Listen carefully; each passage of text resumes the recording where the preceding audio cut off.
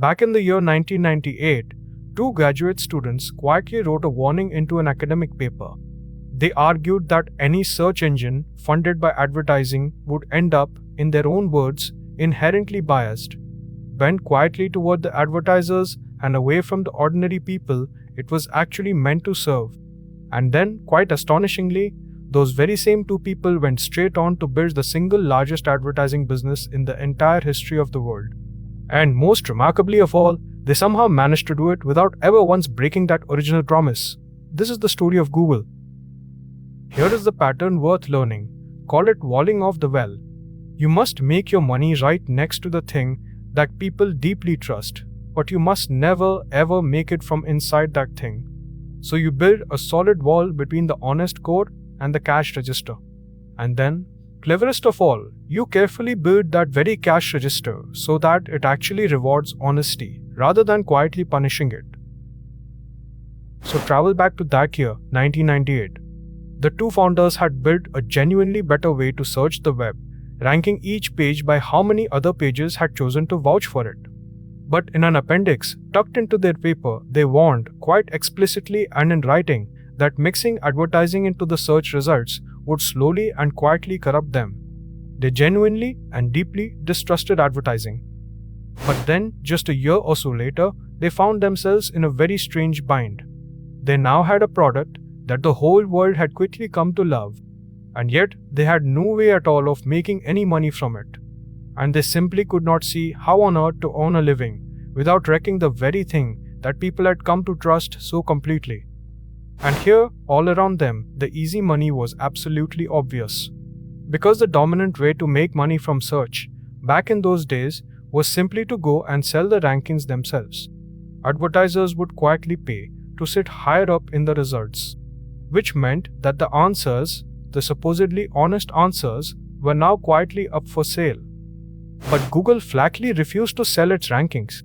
In the year 2000, it launched its very first ads as small, clearly labeled pieces of text kept carefully walled off in their own separate space and never once mixed into the real results.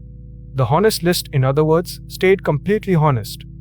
And then, in 2002, came the genuinely clever move. Instead of simply selling each little ad slot off to the single highest bidder, the company built an auction that ranked the ads by the size of the bid, multiplied by how relevant and how useful real people actually found them to be. So a more helpful ad would win a cheaper and a better position, while an annoying, irrelevant one was simply priced right out of the running. Now stop and think carefully about what that one design choice actually did. It quietly and beautifully aligned the advertiser's own interest directly with the users. The entire money machine was now deliberately built to reward usefulness rather than to constantly fight against it. And so the advertising could go on to grow utterly enormous, while the search results themselves stayed perfectly clean. And this, by the way, is not some idle fantasy, because the rivals of the age genuinely did do the other thing. They sold off their rankings, and they let their answers be quietly bought. So imagine now that Google had simply gone and done exactly the same. The one single asset that made people choose it in the first place. That simple, quiet faith that the top result was truly the best result and not merely the highest bidder would have silently evaporated. And the very moment that trust was finally gone, the entire reason to use Google at all would have quietly vanished right along with it. But instead, that carefully walled off auction went on to become one of the most profitable engines ever built by anyone. Today, advertising quietly brings in the great majority of the parent company's entire revenue, amounting to hundreds of billions of dollars every single year. And Google still answers something like 9 out of every 10 searches made anywhere on the whole planet.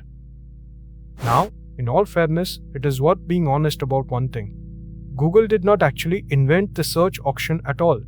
A rival had already pioneered the idea of paying for placement and had even gone to court over it. What Google truly did was to refine that idea and to scale it up enormously and, above all else, to wall it carefully off so that the money would never once touch the actual answers. Look back now at the real shape of the whole thing, and the paradox at the very heart of it is genuinely a beautiful one. The one and only reason that the money could ever grow so utterly vast was that they had refused, right from the very beginning, to let any money at all touch the rankings. They fiercely protected the well, and then they grew astonishingly rich, simply by selling the water standing right beside it. So here is a lesson worth keeping. Whatever it is that you build, there is very often some quiet core of trust sitting at the heart of it, and that core is the true and real source of all its value. And the temptation, always and forever, is to cash that precious trust in directly. So do not do it. Ask yourself, instead, where could you begin to make your money right beside the thing that people trust, rather than by quietly and fatally selling the thing itself?